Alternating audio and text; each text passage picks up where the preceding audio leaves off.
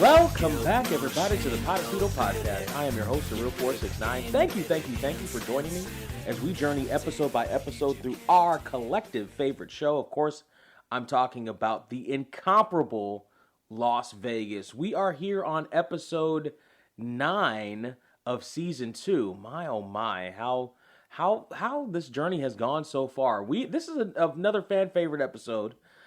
This is Degas away with it. I've always pronounced it Degas away with it, even though I know Degas. I guess I've just never seen Degas written down, but it's Degas away with it.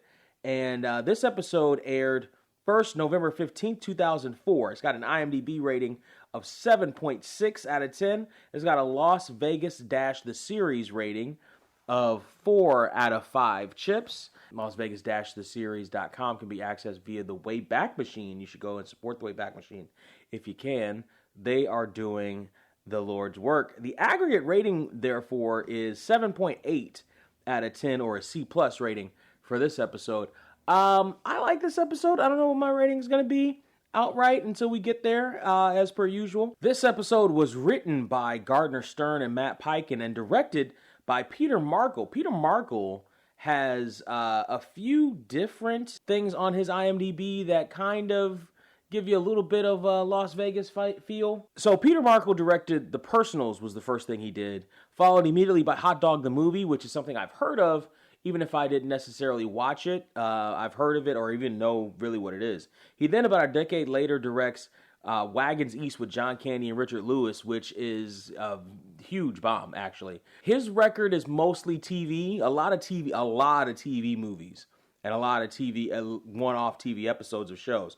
Like, he is really the TV movie director. Up until then, that's mostly what he did, except a few episodes of a couple different things, including a show called Century City, which just from the title of it sounds almost like it's trying to be Las Vegas. You know, which makes sense because it was in 2004. Apparently, there was this glut of shows that were kind of like that around that time. Remember, we heard about Hawaii in a previous episode, which debuted the same year as Century City, which debuted the same year as Las Vegas. So there were a couple different shows like that. Las Vegas just happens to be the best. He directed this episode of Las Vegas. Fast forward, he directs an episode of Rescue Me, an episode of Burn Notice. The latest thing you can see him direct was something called Odds Are in 2018. So yeah, he's really the TV guy, and there's not really a whole lot on his resume to suggest this type of show or this type of episode of this type of show. He's kind of a journeyman. He goes all the way around. Like, the closest thing to it on his resume he did 5 years later, and I would say that was Rescue Me or Burn Notice.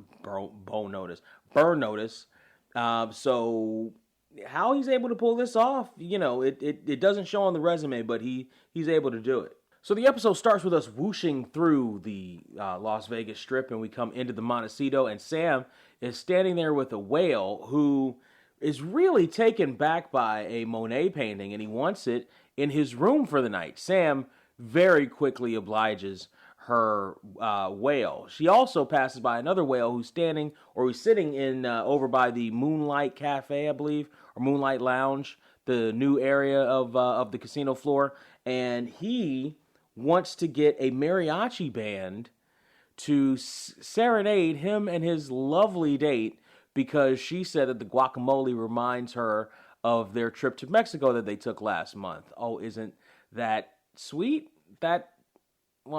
Maybe sweet, maybe. We'll go with sweet right now. I think maybe you're supposed to kind of think it's sweet initially. But also keep in mind that he said last month. He says it reminded her of the trip they took to Acapulco last month. But in any event, he wants Sam to get a mariachi band to serenade them. And Sam, of course, in keeping with the spirit of keeping her whales happy, says yes. And then she runs into Mary, who she asks about if she has a line of mariachi bands.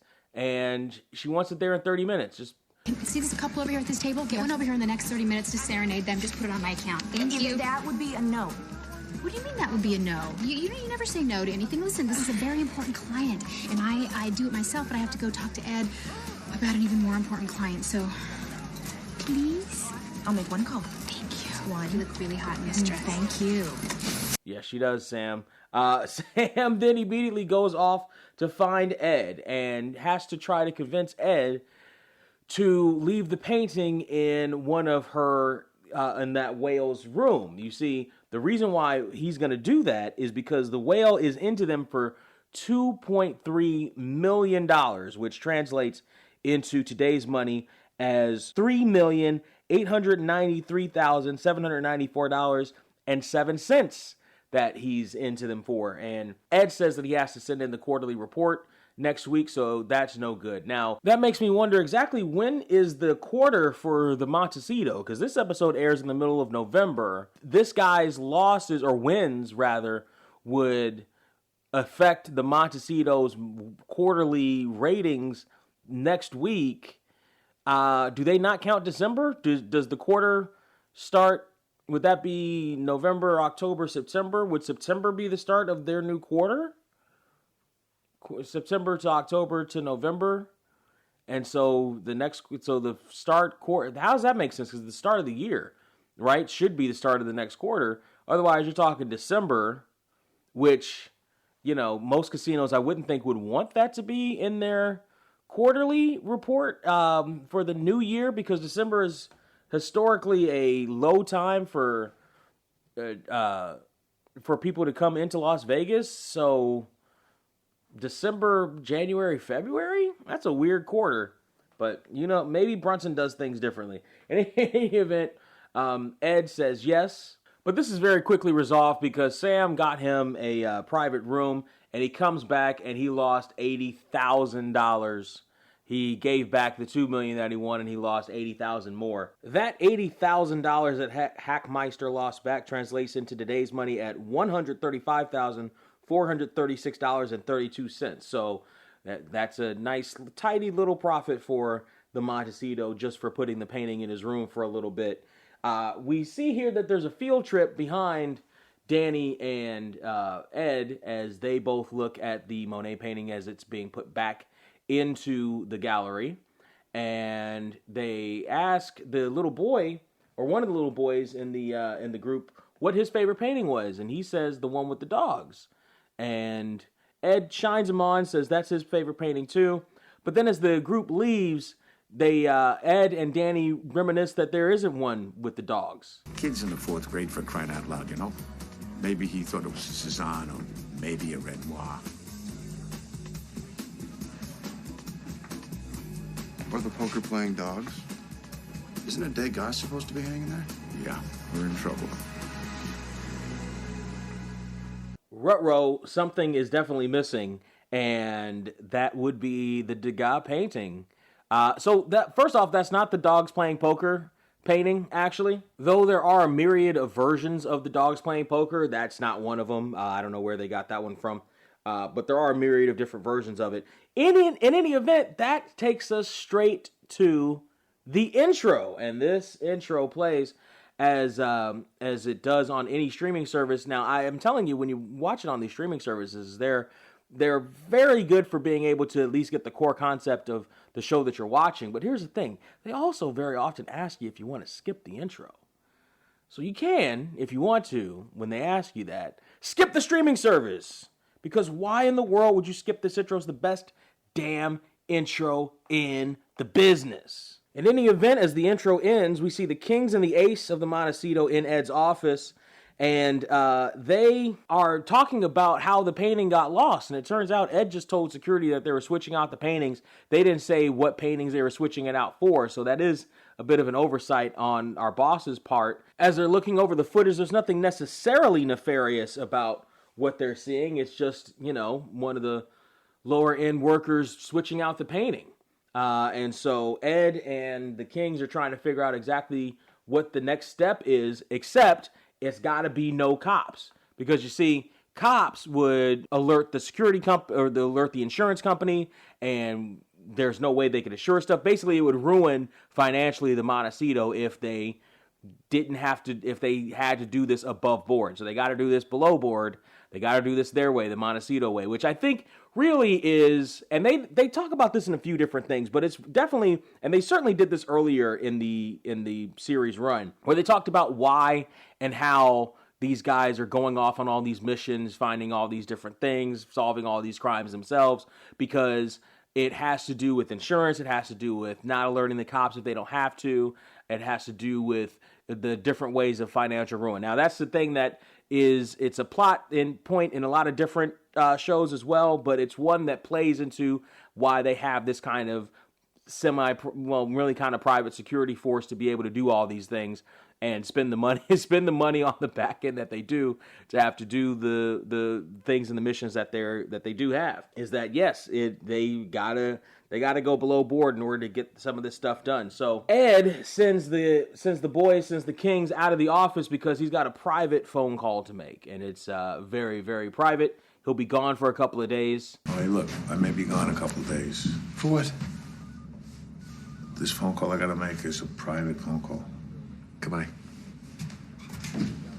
So Ed makes the private phone call, and as he does, we kind of know who he's talking to here. This is the line, I need a favor. Why? What, are you kidding me, you bastard? You hung me out to dry on the Alec deal.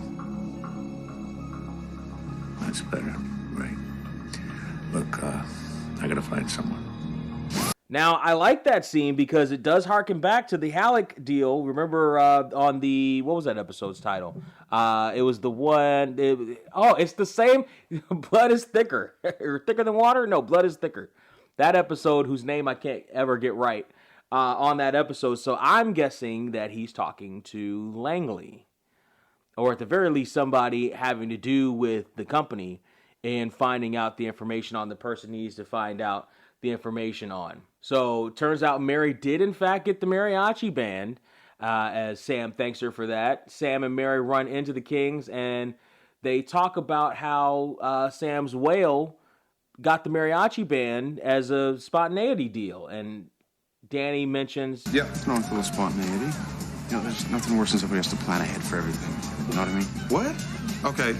and did you see that look? The little scratch and the little head tilt by Mary. She's definitely listening to the words of her man. And apparently there has been a disturbance at their rental house, the Lucky Six rental house, and Mary and Sam denote the Kings to have to deal with it. So we're back in Ed's office, and Ed is told that the person he's looking for is in Costa Rica. So fuel up the jet, off he goes. So we whoosh over to the Lucky Six's rental house, and here's the thing I did notice: it doesn't look like the same neighborhood as we whoosh over towards it. And once we go into the house, it is not the same house. So either the Lucky Six got themselves another house, but they said in our rental house, meaning that it's still just the one place. So what happened? Did they get out of that first house and get into were they so disgusted by the couple that was doing porn in their first house that they decided they're going to buy an entirely different house? Because this is an entirely different house. This is not the same house whatsoever. As a matter of fact, this is probably more of a set. The other place looked like it was an actual house that they rented for the episode. This is probably just a set. But aside from that, we have our first musical cue of the episode. Now, if you're watching this on the original version, hey, Surreal, do you have the original version? No, I don't have the original version. But if you have the original version, and you're watching this on, somehow, the song that's playing is It's Raining Men by the Weather Girls. We all know that song. We've heard it a million times before in different shows and movies and such. If you're watching on the DVD, the song is Lucky Guy by Maxwell Johnson. And if you're watching on streaming service, then the song is Boogie Nights of Love by George Fenton and Irene Shanter, Chanter. Now, all these songs are terribly, terribly on the nose and give up the ghost on what the joke is supposed to be. Now, this episode in particular kind of does that. A lot of TV shows often do that. As you saw earlier, you already know that Alec Baldwin is in this episode. I would imagine if I were somehow able to get a hold of the promotional videos for this, the commercials that ran during the week in 2004 about this, it would say that Alec Baldwin is in this episode. But if you frame this in the episode as a surprise, once we get to Alec Baldwin, then I shouldn't know that Alec Baldwin is in this episode until I see him. Unfortunately, when we were in Ed's office, very special guest star Alec Baldwin came up. So the surprise is already over. You know Alec Baldwin's in this episode. Same thing here with this joke. And this is not just a Las Vegas thing. I've always hated it when shows did this, and they do it very often where they have the very special guest before in the opening credits, and it gives away what's supposed to be a surprise later on. They also had Ed McMahon, and Las Vegas does do this a lot. We see Ed McMahon later in this episode. The known actors, the well-known actors, the quote-unquote surprises. I don't like how they do that early on in the very beginning of this episode. And same thing here with this joke. This is slightly a little bit different. That might be a union thing where they're going to pay them as special guest stars. So they have to put them in the opening credits, and they don't want to delay the opening credits that far, or they have to put the opening credits at some point. You know what I mean? Like, it might just be a logistics thing where they have to do that, even though they probably don't have to actually do that. They probably still could just put it at the end to save it.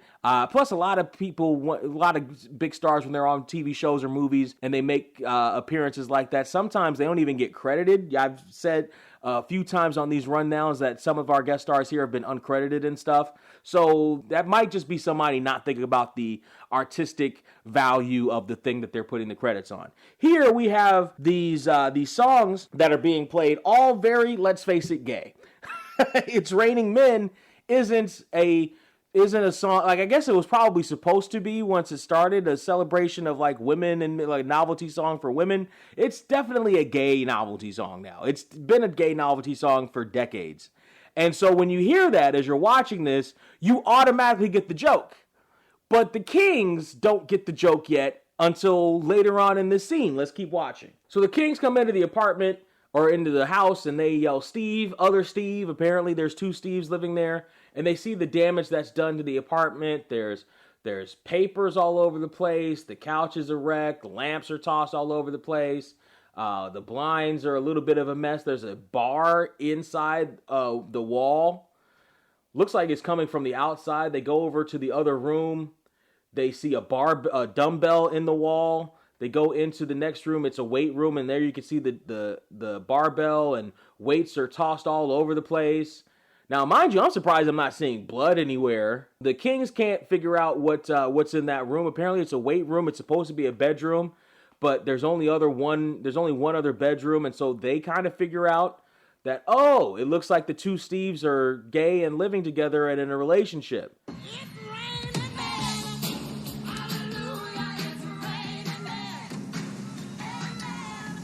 Did you know that these guys were gay?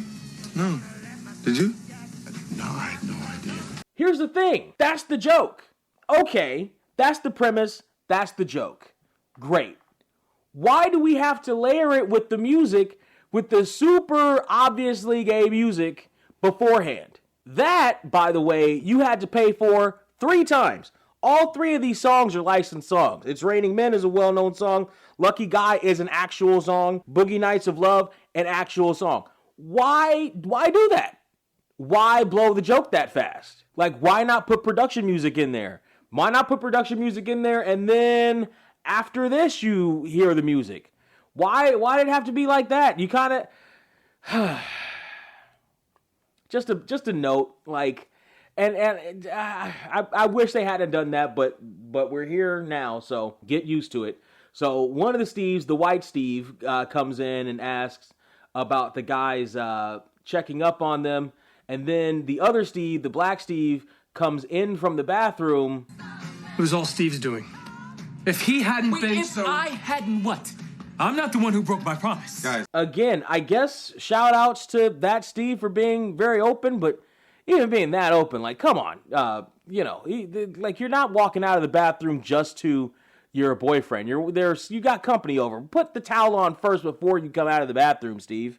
That's just etiquette. So the Steves talk about the argument that they had that caused the ruckus in the house with all the barbells and stuff being tossed all over the place and stuff being thrown around, right? One of the Steves was supposed to spot the other Steve, and he got a call from somebody, and that Steve got jealous, and so destruction occurred. So again, that makes me, and I don't see any scars or anything on them, so it's clear it was probably just bluster, but it's a lot of bluster with heavy weights. It doesn't take that much weight to actually kill somebody.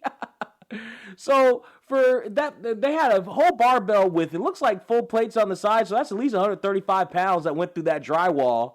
That looked like at least a 20-pound dumbbell that went through the wall, 20 pound, maybe 15-pound silver metal dumbbell that went through that wall. You're tossing those around? Why are you tossing those around? Toss a pillow. Why are you tossing those around?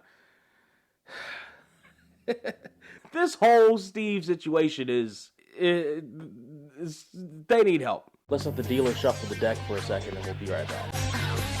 I assume you're interested in large amounts of money. It's Vegas, who isn't? If you like the podcast and you want to help support it, you can send a Cash App, join our Patreon or Subscribe Star, or buy us a coffee. Just search The Podecito on all those platforms.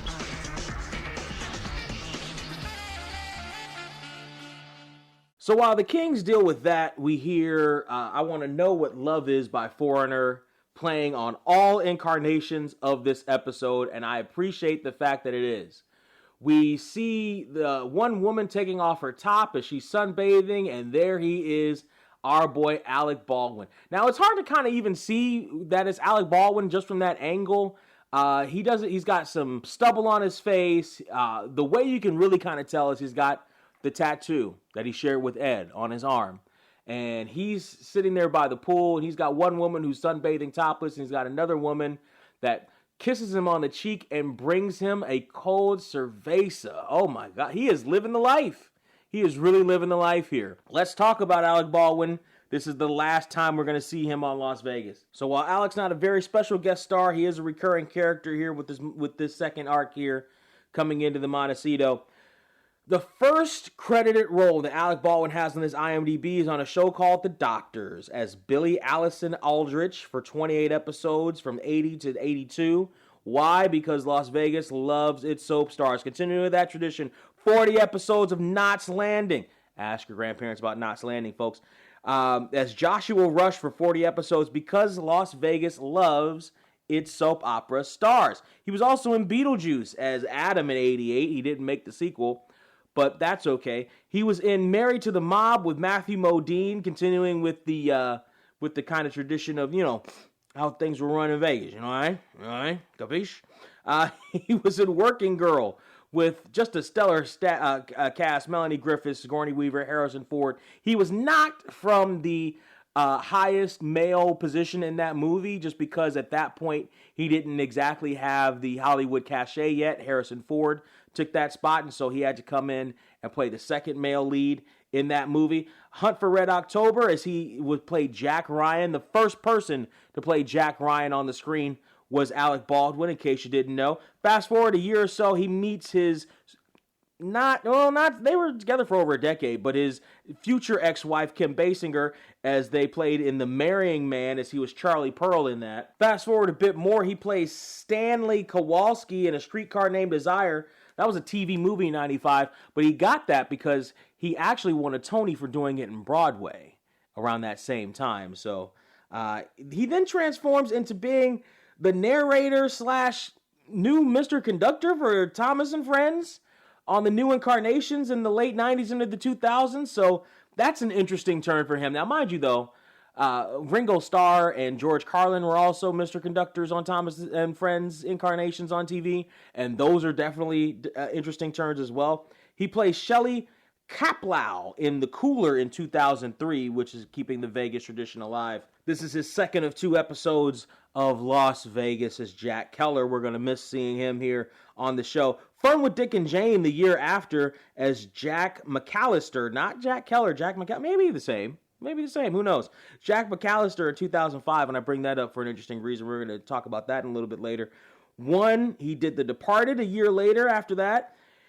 A lot of people of this generation might know him best as playing Jack Donaghy on 30 Rock for 139 episodes not long after that. NBC loved them some Alec Baldwin. You might also know him a lot from the Mission Impossible movies. He's been in Mission Impossible for a while as Alan Hunley in those series of movies. I don't know if he's going to be in the new one, but he certainly has been in them since at least for a while. And the latest thing you can see him in is the Rachel Maddow show maybe we shouldn't talk about that.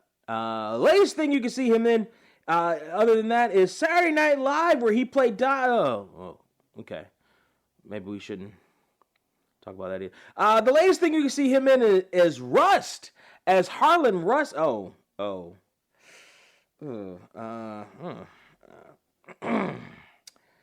Maybe the latest thing you should see him in is Kid Santa in 2024. How about that? He's got a whole bunch of other stuff in post-production as well.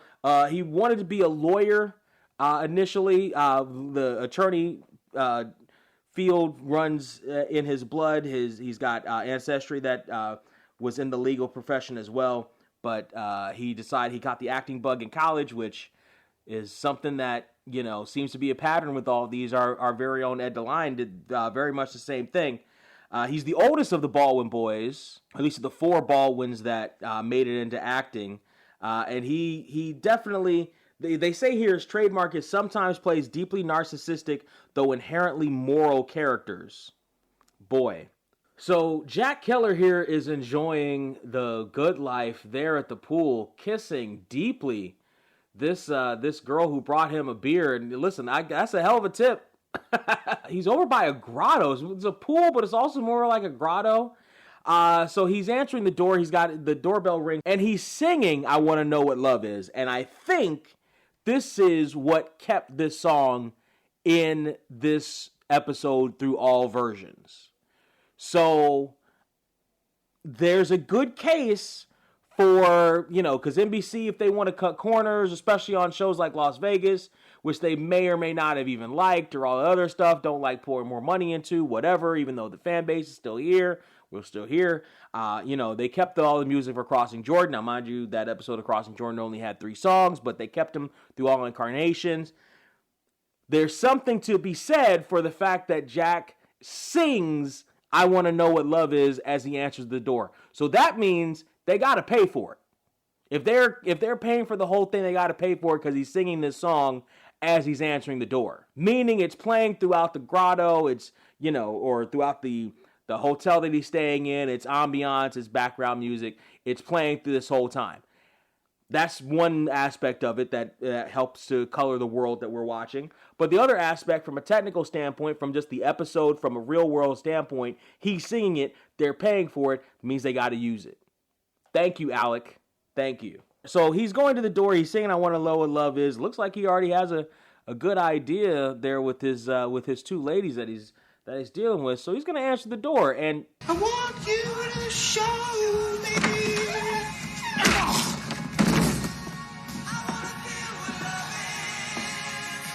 All right, so it's not the Girl Scouts with some cookies. It's Ed DeLine with a straight jab to his face, and Ed tells him to get rid of the girl the girl who brings beer, because she's bringing beers. She brought another beer to numb his face from the punch. Doesn't ask any questions, just leaves. And Ed asks Jack where his painting is, and Jack very bluntly says that he doesn't know, even though Ed has already figured it out. Jack's stolen paintings in the past. He knows the Montecito security layout. But Ed is saying but Ed doesn't believe that Jack doesn't know where the painting is. On the slight chance that he does believe that he doesn't know where the painting is, he's saying that Jack is going to be the one to help him get it back. Look at this. The band's getting back together. You're not going to believe this, but I had a dream last night. You were in it, Maria was in it, we were all right here, and you came and you asked me to do one last job with you. I think you and I made a good team back there at the company. So the phone rings, and Jack picks it up, and he hears a man on the other end telling him not to help Ed DeLine. So either Ed's been followed or traced, or somebody's watching Jack. Jack tries to play it off that it's the place that he's staying in. I'm guessing this is a lavish retreat somewhere, telling him about checkout. But Ed is ignoring that because Ed is focused on getting the painting back. If you didn't do it, who did? Come on! There's this guy in LA. His name is Ray Anna Walt. That's a dead giveaway. And I think that's a giveaway that we're going to see later on in this episode. But it's one that I don't remember seeing in the first Jack Keller episode. But it's definitely one that Jack Keller has, at least for this one. So Ed and Jack head off to L.A. and they are in a gallery and they are met with somebody named Shmee. Seems Jack has a lead on somebody named Ray Anawalt who may have something to do with this. So Shmee is there at the gallery, and he tells them that he has no idea where Ray Anawalt is. Ray isn't there. He's making a delivery for a very special client, but he can't tell them who the special client is. What piece is that? Of course I can't tell you that. Jack, he can't tell us that. He can't tell us that. He can't tell us that? Okay, how about this? You can't tell us? Can you tell us? No? Jack. I'm sorry. I'm sorry for him. Can you tell us? Yes, I'll get one. Now, see, Danny, that's what a bad cop routine is supposed to look like. Jack is cold. Jack is going to do what he said he's going to do. Now, I think Danny got a little bit better because you saw in a previous episode where he cut the guy's dreads off in the video game episode. So he's gotten a little bit better, but that's a good bad cop routine there. So we're at Belisara, and the kings and the queens are talking about their rental property and the issues that they're being had there with the Steves, and trying to get the repairs done. Well, first off, Sam talks about evicting the Steves, and Mike has to tell her that eviction process is long, costly, and very often unsuccessful. And they should kind of know this already because they evicted the couple that was doing porn in their other house a few episodes ago. But here we are. The Kings didn't know that the Steves were gay. I wanted gay guys. They have money and they make improvements. Oh, I heard they installed new kitchen tile. Yeah, they also installed some barbells into the drywall. Exactly, Mike. So Delinda thinks that all that means is it's a lover's quarrel and they just need a little heart-to-heart. They just need to be brought back together. And the rest of the queens think that the Kings should be the ones to do it. Talk to them. Yeah. Try to come up with something better. No, ladies, we had gone over there. No, we went to... So then we cut to our boy Eric, who is Sam's other whale. This is the one that we're going to be seeing for the majority of the episode here. And it's a good thing to pay attention to him because he's going to be around for a while. He and his girl just happened to pass a sign for Grand Canyon tours. And so Sam is going to hook that up for the two of them as soon as possible because she just happened to see it. And so he's like, sure, you happen to see it? Let's do it. So you like it, I like it. All right. Well, we then whoosh through the Grand Canyon, over past the Grand Canyon, all the way back to the Montecito. And we see the Kings coming out of Belisara, and they're trying to figure out exactly how they're going to talk to the Steves regarding their relationship. They think they've got some buzzwords that'll help. All we have to do is use words like issues, accountability, inner child. Well, when did this become our responsibility? The girls are equal partners in this. That's right, and we can either argue with them or deal with the Steves. I think you know which one would be less stressful. Now, I'm gonna go set up an appointment with Steve. Which one? One or two. White one. Yeah. Meanwhile, Mary runs into Danny and starts asking about Eric, the whale that Sam has been doing all these different things for so that he can impress his girl. So Mary's sitting here talking about spontaneity and how she thinks that she's not like Eric, who is doing all these spur-of-the-moment things for his girl, and how she can be more spontaneous spontaneous? She could be more spontaneous is the word. And Danny's telling her that she's probably overthinking it. But, no, Mary's got her mind set up, and she's going to be doing things a lot differently now. Meanwhile, they run into Sam, and Sam gives Danny a little bit of advice. Have you talked to the Steves? Soon. Do not tell them to smoke the peace pipe. Wow, Sam. So we're back, and we're with Ed and, I want to call him Alec, Ed and Jack, as they're in Beverly Hills, and they meet with Ed McMahon, the other special guest star of this episode. Now, before we get too far into that, meeting with Ed McMahon, we hear a musical cue here, and that musical cue here is A Lot Like Being in Love by Robert J. Walsh on all incarnations of the episode. Ed McMahon, of course, has been on television for a number of years. Most of the stuff, he was just being Ed McMahon. Here, he's playing a version of himself, obviously. But he actually did do some acting roles, too. The first acting role that he's got credited is Big Top Clown. Yada, yada, yada. He's done a couple other things, including Fun with Dick and Jane, the original version. So Alec Baldwin was in the new version with Jim Carrey. Ed McMahon was in the original version as Charlie Blanchard. He was also in the last remake of Beau Geste as Arab Horseman, alongside Anne Margaret, keeping that Las Vegas tradition alive. He was also a henchman in Bruno the Kid, which I only bring up because I liked Bruno the Kid, the cartoon. Speaking of the Vegas Connection, he was in The Vegas Connection in 1999 as Al Ross. He did this episode of Las Vegas. He did an episode of Scrubs as himself. And the last thing you can see him credited in is Jelly in 2010 as Mr. Closure. Ed McMahon was no pushover. Everybody thinks of him as just Johnny's sidekick. Ed McMahon was a former Marine. He was retired Marine Corps during WW2. He was a pilot instructor and a test pilot. He flew in the Korean War, 85 different missions. He was a brigadier general for the California Air National Guard. Alongside Jimmy Stewart, he's the highest ranking active military member who was also an actor in history.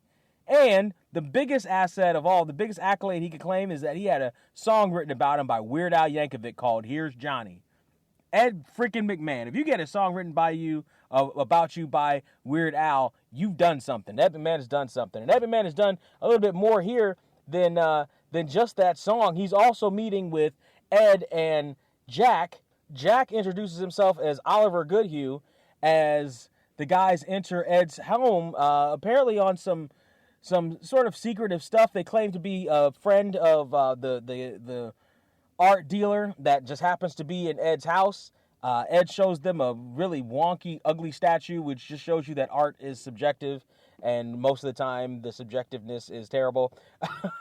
But they talk to Ray in the bathroom, and Ray acts like he has no idea what's going on. He acts like he doesn't know who pulled off the job, etc. He's got no clue about the job, except there's a name that he gives them. What? All right. Painting's still in Vegas. The buyer, I don't know who that is. He's coming in to pick it up. All right? All right. Pleasure, Ed. You have a lovely home, sir. Thank you. Why don't you take a little break? Yeah, that's a good idea. I'm gonna stretch the legs, wash the face, refocus. There you go. The only way to tell you about the Not Literary podcast is to just have you listen. I am the runway version of me, okay? I am the Paris Milan catwalk version of me. This bitch was the Sears catalog version of me. Okay, she was basic, but she was hot. And she looked like me, but she was basic. Like, very little thought in, like, I don't even think this girl could do, like, liquid eyeliner if she tried. So if you want to hear more, just go to Spotify and search Not Literary. So back in Big Ed's office, and the Kings are talking to the white Steve about trying to come together with the black Steve. And he just doesn't seem to be buying exactly what the boys are trying to sell here. They put it to good use, though. I'll tell you what, the strategy that they have, the words, they've figured out how to string those sentences together to almost sound like they're really trying to help. But Steve doesn't buy it.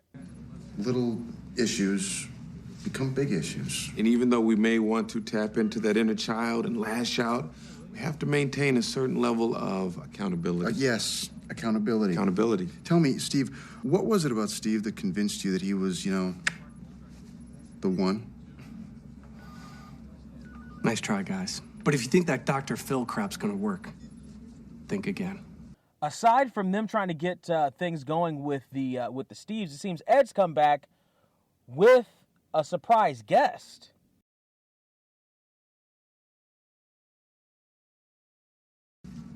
Ed's back. Is that Jack Keller with him? Yes, that is Jack Keller, and Ed sticks Jack on a blackjack table with $500 credit. Now, that $500 credit in today's money translates to $846.48. Jack is a little bit perturbed by that, though. All this rushing around, I didn't have time to go to the bank. Maybe you could, Nash, Jack Keller, $500 line of credit, please. 500? Yeah, there goes that loud tell of his again.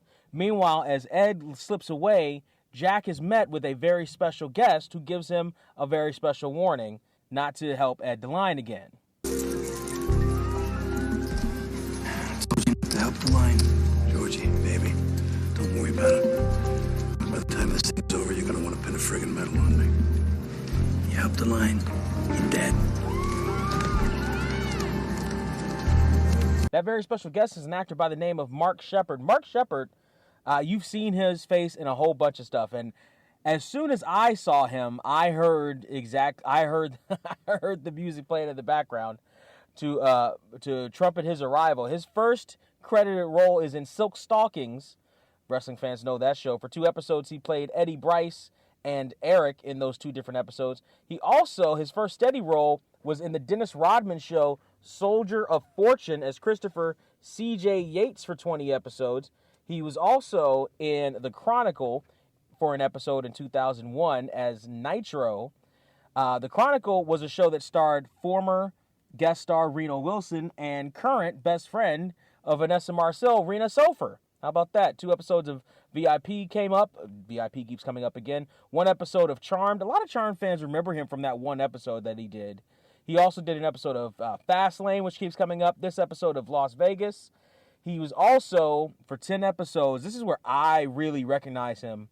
For 10 episodes, he was Jim Sterling on Powerful, they take what they alongside, and he was the antagonist to one of our favorite guest stars, one Elliot Spencer, a.k.a.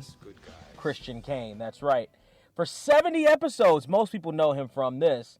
He was Crawley and Shapeshifter, a.k.a. Shapeshifter, on Supernatural. How about that? Most recently, he did 12 episodes of Doom Patrol, and the most recent thing you can see him in was Secret Level, or at least his voice was Secret Level, where he was an astropath and a couple other things, and he also did a video game. That's Mark Sheppard. Mark Sheppard, alongside his father, are the only 3 people to have made guest appearances on Star Trek, Charmed, and Doctor Who. He is a successful session musician and toured with many bands since the age of 15. He's also worked with Alec Baldwin's brother, Adam Baldwin, in 5 different projects. How about that? So he's familiar to the Baldwin clan. He's the only actor to appear in Supernatural and Doctor Who. And he almost died from a heart attack in 2023, known as the Widowmaker heart attack, but he was brought back to life, and now you can see him all over the place. He's got a couple things in post-production. I'm glad you're still here, Mark Sheppard. You are quite the actor, and you are very intimidating alongside Alec Baldwin here. You want to make sure Alec Baldwin doesn't, spill the beans on what you have going on here. By the way, the character he's playing here is George Beckwar, and George Beckwar really is the one that Ed is looking for. So the Kings talk to Ed about why exactly Alec Baldwin is back in, or Jack is back in the Montecito, and Ed responds with, You guys ever see The Godfather? 18th time. Favorite movie ever. Wouldn't it be funny if they just said no? Well, then you'd remember, keep your friends close and your enemies closer.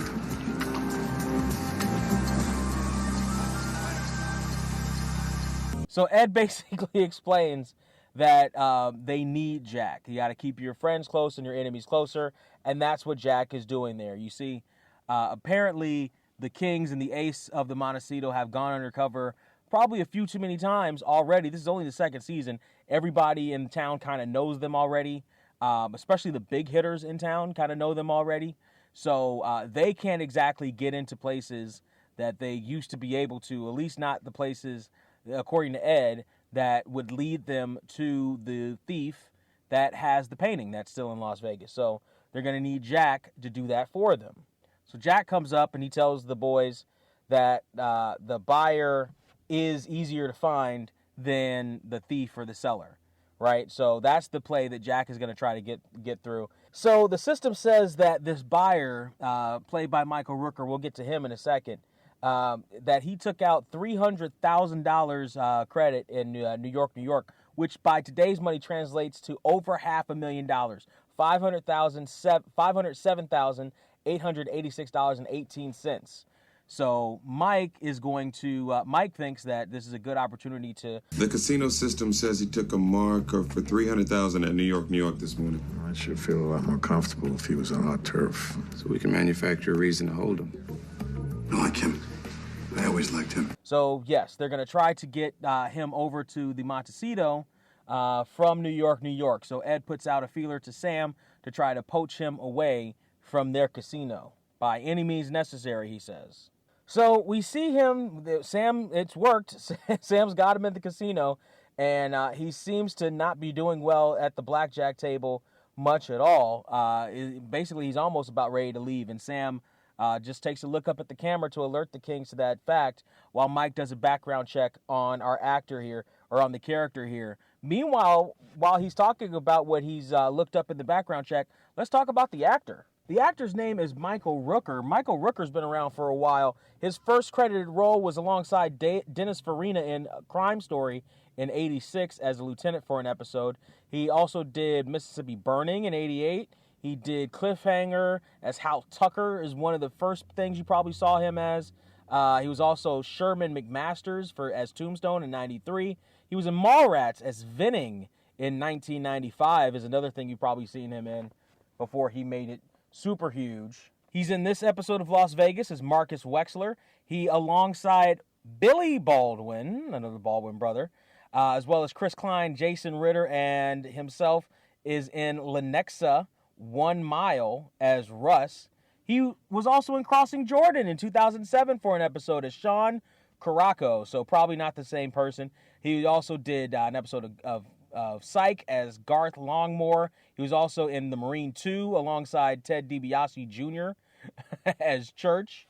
I only bring that up because that's interesting that WWE tried to make DiBiase Jr. a star. He was in DC Showcase Original Shorts Collection as Red Doc in the Jonah Hex segment, so it sounds like DC tried to resurrect or tried to keep Jonah Hex going in their animated series, and the animated movies and shorts and stuff are way better than that Jonah Hex movie was. That Jonah Hex movie sucked. He was also Merle Dixon in The Walking Dead for 17 episodes. And then, not long after that, he became... I'm Mary Poppins, y'all! He became Mary Poppins, y'all. Yondu Udanta in Guardians of the Galaxy and that series of movies. He was also in F9, The Fast Saga, a.k.a. GST's own personal ticket to his own Montecito property, I'm sure. He has to have gotten one by now. And the latest things you can see him in that aren't in post-production right now, Fast X, he was in that in 2023, and The Righteous Gemstones as Cobb Millsap for 5 episodes. I gotta catch up on The Righteous Gemstones. I love that show. So he's frequently playing law enforcement and military characters. At least that's what his IMDb says. I usually see him as a scumbag. Usually whenever I catch him in something, he is a criminal, scumbag, underworld criminal. He is not a good guy, let alone law enforcement or military character. But he does hold a black belt in Kyokushin style of karate, which puts him in very good company alongside James Caan. And him and Brian Thompson are the only actors to have acted alongside the 3 major action stars of the 80s, Sly Stallone, Schwarzenegger, and Jean-Claude Van Damme, former guest star of the Montecito. Rest in peace, Jean-Claude. We love you, Jean-Claude Van Damme. So he also caught the acting bug in college. That seems to be a theme with actors in this particular episode of Las Vegas. So that's Marcus Wexler, a.k.a. Michael Rooker, a.k.a. Mary Poppins, y'all. So Sam basically signals that they have no way to hold him. Mike tries to dig up some information on Wexler, and the closest thing he can do is find out that he's got some interesting video rental habits. Any porn? A lot of Julia Roberts. Remember video rentals, kids? You probably don't, actually. Don't worry about it. Sam invites him up to a private game to maybe change his luck a little bit, and Wexler agrees to it. And here we see some really good character work here from Alec Baldwin as he puts on a different accent. Now, I don't buy the accent at all, but I do buy this blustery character, especially from Baldwin. It's actually pretty reminiscent of like it's just a southern version of his cocky character in The Departed. Wexler. A Jewish name, ain't it? I don't make no never mind. Pull up a chair there, son. This is no limit hold'em, strictly Texas whip out. That's no deals and no jewelry. Who is this guy? I'm either your new best friend or your worst friggin' nightmare. So meanwhile, as Danny goes off to get some menus and stuff for Jack Keller, he's met with Mary in the hall, and Mary is putting into action the words that she had with Danny up on the floor about being spontaneous. A whole lot of action. I don't even really like spontaneity. You are just saying that to make me No, feel I really better. don't. Let me tell you, I'm turning over a new leaf.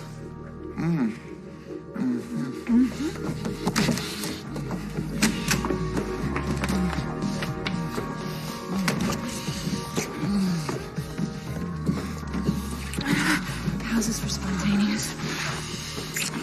Some leaf. Now this I like. I like this a lot. And you know I'm a big dairy shipper. I'm a big dairy fan. I like seeing stuff like this. This is a good continuation of what we saw from them last episode. Mary is doing the work to keep and get her man's interest, to make sure that she is as spontaneous as possible. You can see the chemistry between them in that closet. Oh my, good on you. Good on. And hey, listen, if there's anybody you're going to get caught in a closet with, it might as well be Mary Connell, Danny. And obviously, again, you know, he's the sexiest man in all of Sexyville, so how can she possibly resist him? That is Daniel Ezekiel McCoy. You cannot resist that man. But she not only didn't resist him, she actively went for him. She tracked him down, took him to the broom closet, and was spontaneous with her man. I love it. And the passion, you love to see it. You love to see it. This is a great episode for this. I love seeing it here, and this is a great episode for this. Man, top notch.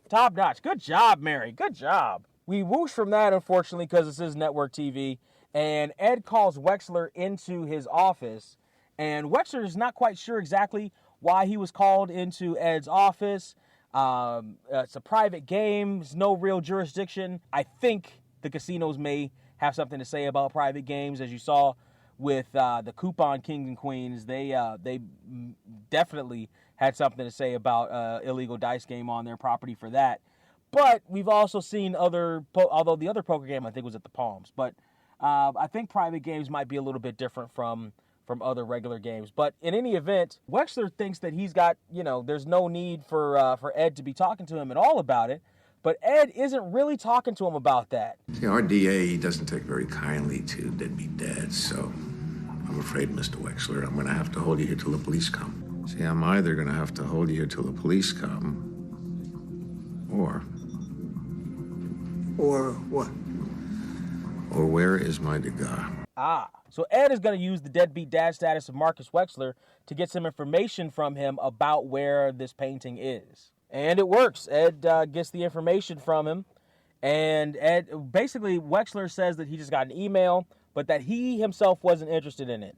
But the email that we are able to track down, or at least get the information on the email, and use that to try to track down where the painting is. So meanwhile, Danny's come up with another plan to try to get the Steves together. And his plan is about using the old trope, no one beats up my sister but me. No one beats up my brother but me. It's an interesting idea. I mean, will it work? Who knows? Yeah, just hook it up for tonight. You take the white one, I'll take the brother. Brother. A-H. Brother. Also, Mike should know that it's not brother A-H. It's brother with just an A. I've never seen an A-H. So that makes me think that Mike didn't write that. And if he tried to bring it up, they just shoot him away and said, read it as written. But it's just A. Anyway, Sam is talking to her whale, Eric, again, and now's a good enough time as any to talk about this actor who plays him. The actor who plays him is Andrew Bowen. Andrew Bowen's been around for a while, too. His first credited role was in Saved by the Bell as Matt Wilson. He's done a lot of video game voices, and it started pretty early, too. He was in Treasure Island Interactive in 95 as Everett Malone. He was in Fox Hunt in 96 as Jack Fremont. And then very quickly, he did he did 25 episodes of Mad TV, 98 through 99. And apparently he had no comedic background before then, but he got the role anyway. And I do remember him from Mad TV, now that you mentioned it, as sort of almost a random guy in the background, but he did do Mad TV for a while. He did 3 episodes of Reno 911, a lot of comedic chops there. This episode of Las Vegas is Eric Bates. He did Saints Row as Josh Burke. He did an episode of Leverage as Charles Dodgson III. And I remember that episode of Leverage because I always skip that episode of Leverage. That episode sucked. He was in Mortal Kombat 11 alongside Dimitri Vegas. Thievios, keeping the Vegas theme alive. He was also in All for Nikki as Marcus Stedman. And I only bring that up because, of course, of our dear Nikki Cox, and just they share the name. And the latest thing you can see him in is Matlock, the new version of Matlock, as Roger Gallo in 2025, if you're interested in seeing that. That's Andrew Bowen. Sam asks how things are going with Andrew and his lovely lady here, and he is awestruck at her as she just walks down the casino floor towards him and Sam. So, you two seem like you're really hitting it off. We are.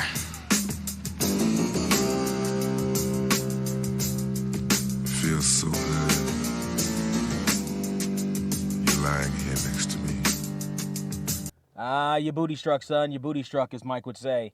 But that does lead to another musical cue. If you're watching on the original version, the song that you're going to hear is I'm Gonna Love You Just a Little More, Baby. The single version by Barry White, the Walrus of Love. Oh, yeah. And if you're watching on the DVD version, it's just a random-ass funk song. There's nothing in particular interesting about it, other than it sounds like a production song. It sounds like a production song. And if you're watching on streaming, the song is Funky Train by Marco Vitale and Reagan Riziuk and Gary Foote. And that song is, or maybe. So when I'm looking this up and I'm using the apps to try to look up this song, that's the closest thing that comes up, but I can't play it because whatever file there is to play it in, on the internet doesn't seem to exist anymore. So that may be it, possibly. That's possibly it. That's the closest idea that I have to it. I can't play the actual song because I can't find the actual song anywhere. It's another one of these lost songs. So it was probably done in the mid-2000s and is lost to the media gap somewhere. So, yes, Sam, they are hitting it off, or at least he's hitting it off. He is super booty struck, and he says that he's going to propose to her on the way to where they're going. Oh, boy. Good luck with that, kid. So here's the thing. I get it as far as he's concerned. He was fantasizing about her being in her 90, and she's very, very, very sexy. She's probably 8.5, 9. I wouldn't call her a 10. She's not quite 10. She doesn't have the hips. But she's very, very close. Especially in 2004 standards, he would probably consider her a 10. Matter of fact, I'm sure he does. But not, I get it. I understand where he's coming from. I totally do. Hold on a second. Let's get a new deck in here, and we'll be right back.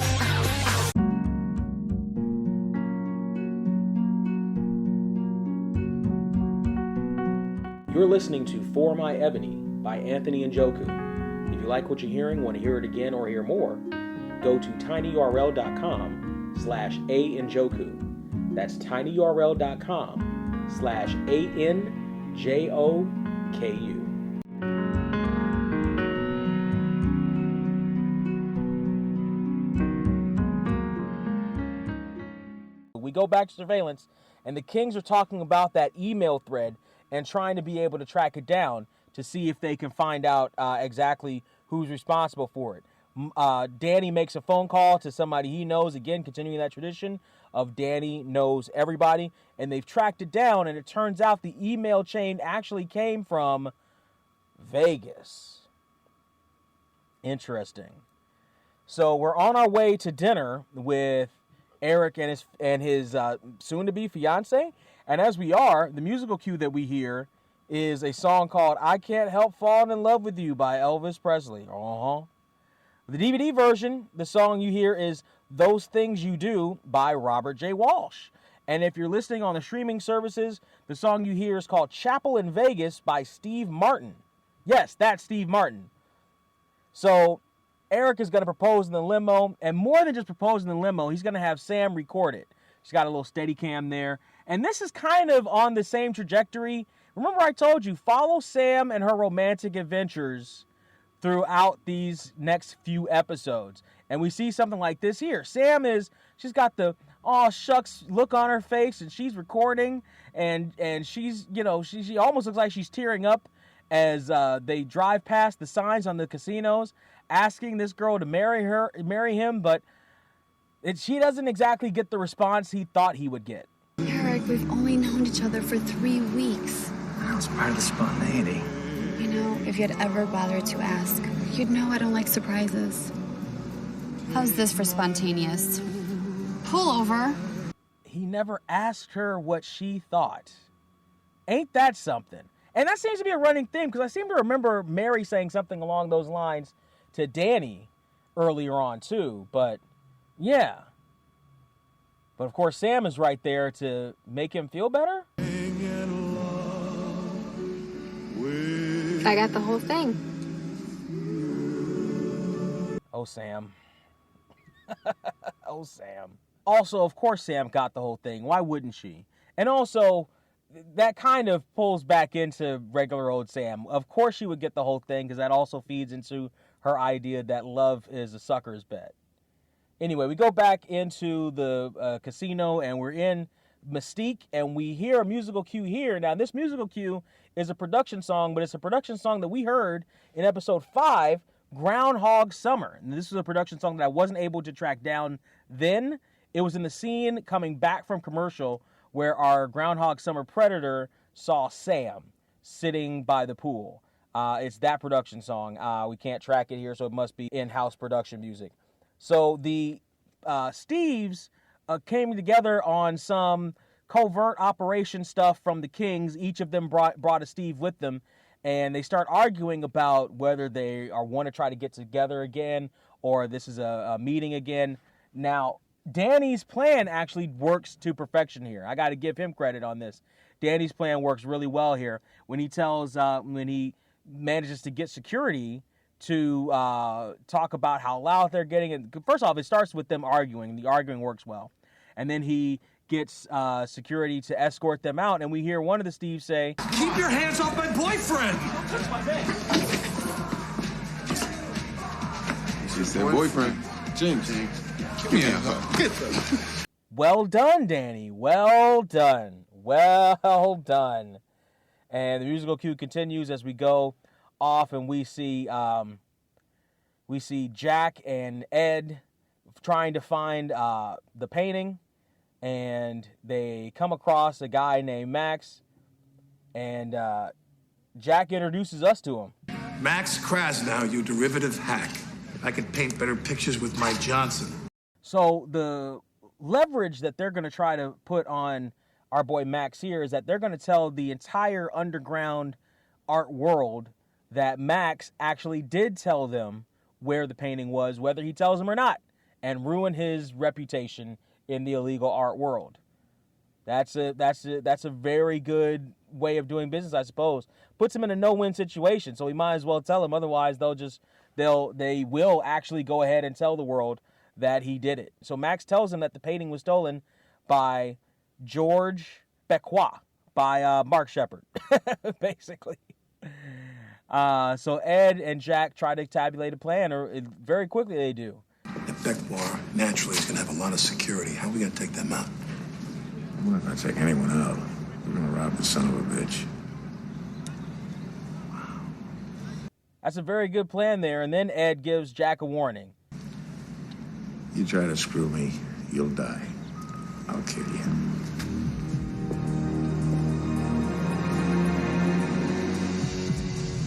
So does Jack Keller think that Ed is playing with him?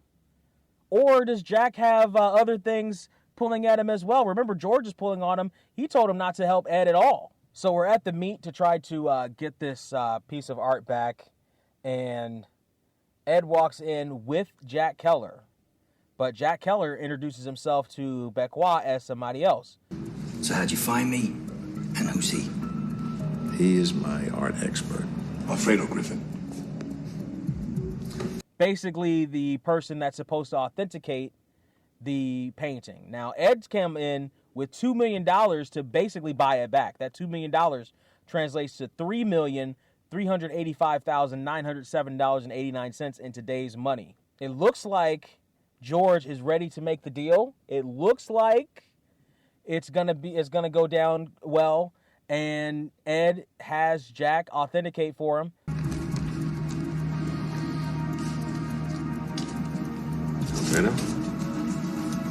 Es bueno. Then suddenly the lights go out. No lights, and here we go. The action is on. The thieves are going to try to ambush Jack and Ed, but Ed is too tough for that. He takes out the thieves himself. Of course he does. He's Ed freaking DeLine. He's the ace. He's the boss in the Montecito. Of course he takes him out. But as the lights come back on, Jack is gone. The money is gone. And the painting is gone. You got him!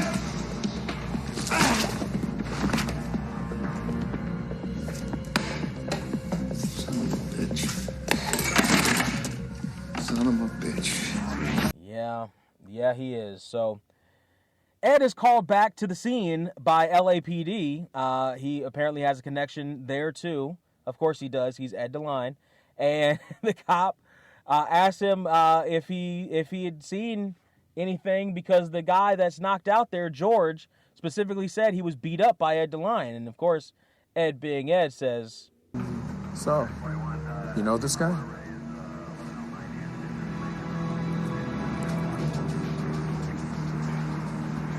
Never saw him before. exactly. Why would you? And Ed's got other things to get to anyway. So as we come back from that scene, we whoosh over to the rental house. And the Kings are over there meeting with the Steves. Now, as we come back, we hear a musical cue here. I can't make out this song. On all incarnations, it's the same song. And it goes something along the lines of, let's make believe this is only the first time. Every touch is a mystery, you and me. Right? And it sounds like a pop song from the early 2000s. It sounds like it, but it's nothing comes up on any of the apps. I can't find anything on the lyric searches. This is what a good production song sounds like. It's supposed to sound like an actual song. This sounds like an actual song that they licensed, and I'm sure it's an actual song. But the song sounds like a song that a pop princess would have actually made in 2004, 2003, 2004. But it's a production song. Now, again, a bit on the nose with the gay guys, but sure. But also the theme of the song, let's make believe this is only the first time, as in let's wipe the slate clean. Okay, so the Kings are there and they inspect the house and they see the damage has been more than fully repaired. It's been made better in the house, and everything seems to be tip-top shape there. And the Steves are having the Kings over for lunch to make up for it and to apologize. And in this scene, I do have to say that the Black Steve kind of hams it up a little bit for me, but sure, okay. To me, and by hamming it up, I mean like not being convincing much. But we're gonna see them later. They're recurring characters. We will see the Steves again in a couple of seasons. But they sit down to eat, and the White Steve proposes a toast. And to Mike and Danny, we'll have you for lunch, and you'll have us for dessert. Kidding. You should see your face.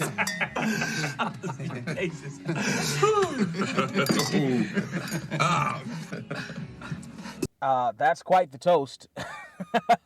So Danny comes back into Ed's office, trying his damnedest not to say I told you so, but really kind of thinking I told you so.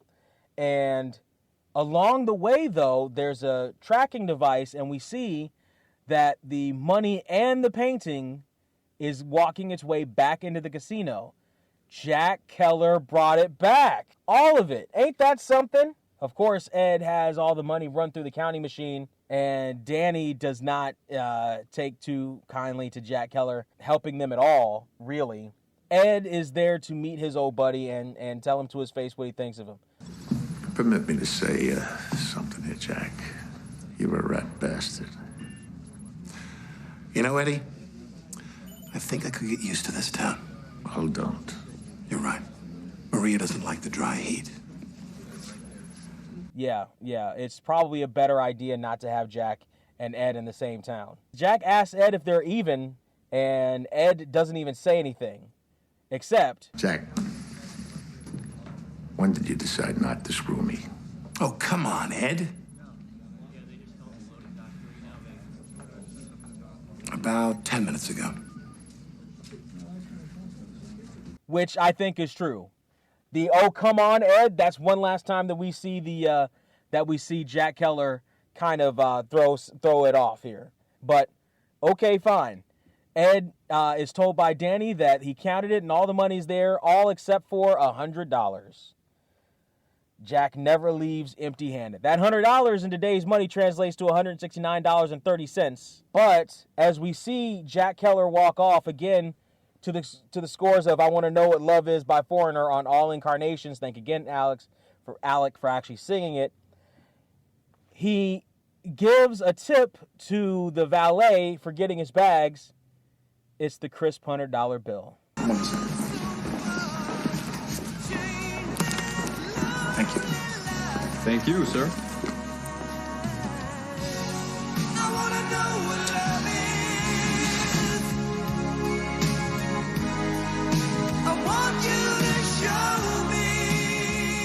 Look at that. Jack never leaves a plan empty-handed, but he gave it back to really gave it back to the Montecito. He gave it back to the valet, knowing that Ed will be watching as he leaves. He gives a salute and a kiss to his old pal. And Ed feels vindicated in trusting Jack Keller again, I think.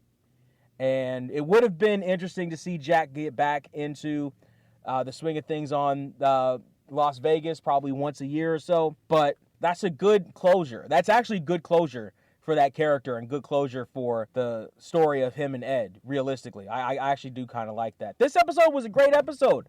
Overall, it was a great episode. I do think that they could have... the jokes about the Steves, especially the musical cues about the Steves, could have been better planned if they were going to do that. And I told you my technical issues with it, but I'm not going to mark that down that low for those things. I do want to acknowledge those, and clearly this is not going to be a 10 episode because of that. But it's a very high episode. And the cast that we got here is amazing. The guest cast that we have here, absolutely stunning from top to bottom. Well acted all the way through. Not everybody gets to play in this episode, sure, but everyone does. You know, we do get to see everybody at least a little bit. Actually, this is a string of episodes where not everybody gets to play fully.